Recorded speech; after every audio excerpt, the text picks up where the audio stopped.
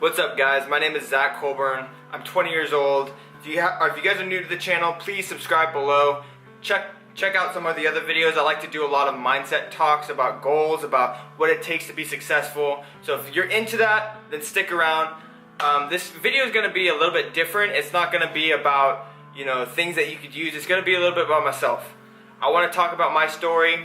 I was asked to do this by Evan Elevation, so if you guys could do me a favor and go check out his channel. This kid's a really awesome kid. He's in the same mindset zone that I am, and I really connect with this guy, so if you guys want to show him some love, go check him out. But pretty much we're going to talk about my fitness journey, okay, my fitness story. Now, it's going to be a little bit different than how I remembered, and honestly, that's probably just lost in memory because it's been such a long time. It's been about 4 to 5 years. I'm just turned 20 now, and just the other day I hit my 4-year mark of lifting, and going back into remembering what it was like in high school is going to be a little bit difficult, but I'm going to try to tell the story as best as I can. So pretty much what happened was, as a kid growing up, I was always out of shape. I was never fat, but I was skinny. But I had that skinny fat, so it's that when you're really skinny, your arms are really small, you got a small frame, but when you lift up your stomach, you got a lot of fat covering your abs. So didn't have muscles, didn't have abs. I wasn't bullied, but I was teased quite a little bit by my friends. It never really got to me though. I never really developed a complex or anything.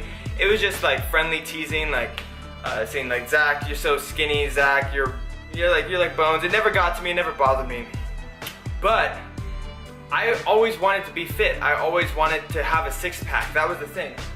I never really dreamed about being a bodybuilder as growing up, like 12, 13, but I wanted to have that six-pack. I would read men's fitness magazines and just looking at the pictures saying I want to look like that, I want to look like this, and then I used to race mountain bikes. So I would skateboard, I would surf, I would mountain bike. I was on the mountain bike team for about 2 years at my high school racing, and at that point I had no desire to work out, no desire to do any of this fitness stuff. But one day I was skateboarding and I broke my collarbone. But I broke my collarbone, it was pretty bad. I had to stop training for about 3 months. I had to stop riding my bike, and within those 3 months I was super depressed, so depressed. I had no exercise at all, didn't know what I was doing with my life. Like, I was so depressed. This was about when I was about 15 years old.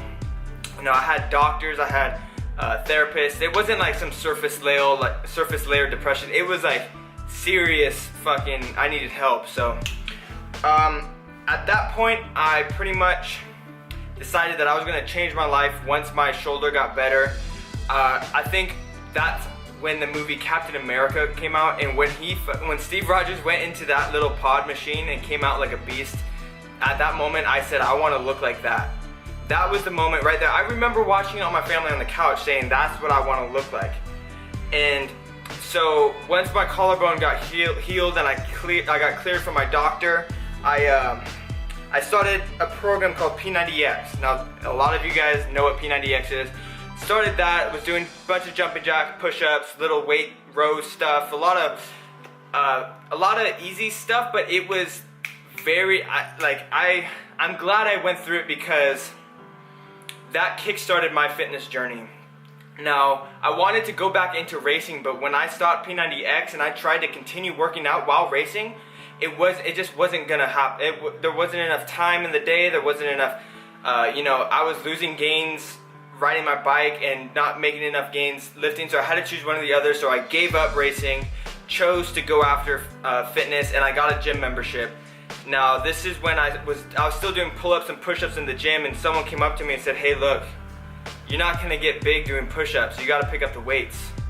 And that's where it started for me. It was August 8th, it was 2012, and that's when this whole fitness YouTube thing took off. That's back when I started watching Mark Fit, I started watching Jeff Side. I believe Jeff Side was only about 17 at the time, so seeing him in a fitness career blow up at 17, I was so inspired by that I said, that's what I want to do. And honestly, I haven't looked back one time.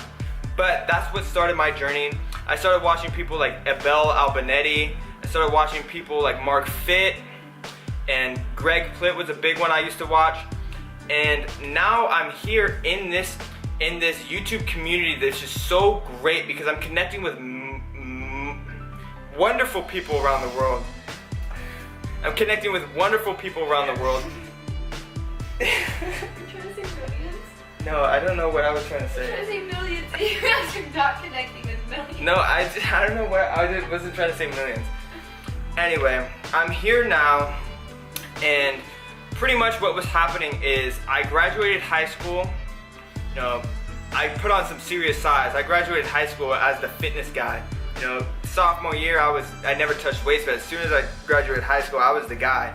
And I went into college, met some other people who were into this fitness stuff, and it's been the crew, man. It's been the fucking crew. Like, we fucking go to class together, we go lift weights, and then we go eat grub out on food. It's a lifestyle, man. That's the shit I really love to do, is just to go lift, go eat, and kick back and relax. And then so I got into college, and the fitness thing really started taking off. It's passing me now. So like, it started blowing up bigger than like I could have ever imagined, and so many other people are getting into it. So many other people are trying to do the same things that I didn't really get into it in time. So I kind of had to take a step back and think, man, like, what can I do differently to provide value to other people? Because there's millions of people out there that are doing the same thing, that I want to provide something different. So I pretty much found my path. I love the growth and mindset stuff. It's still in the fitness industry, but it's me. You know, I'm talking about me. I'm talking about my mindset with other people, have the same mindset. We identify with each other.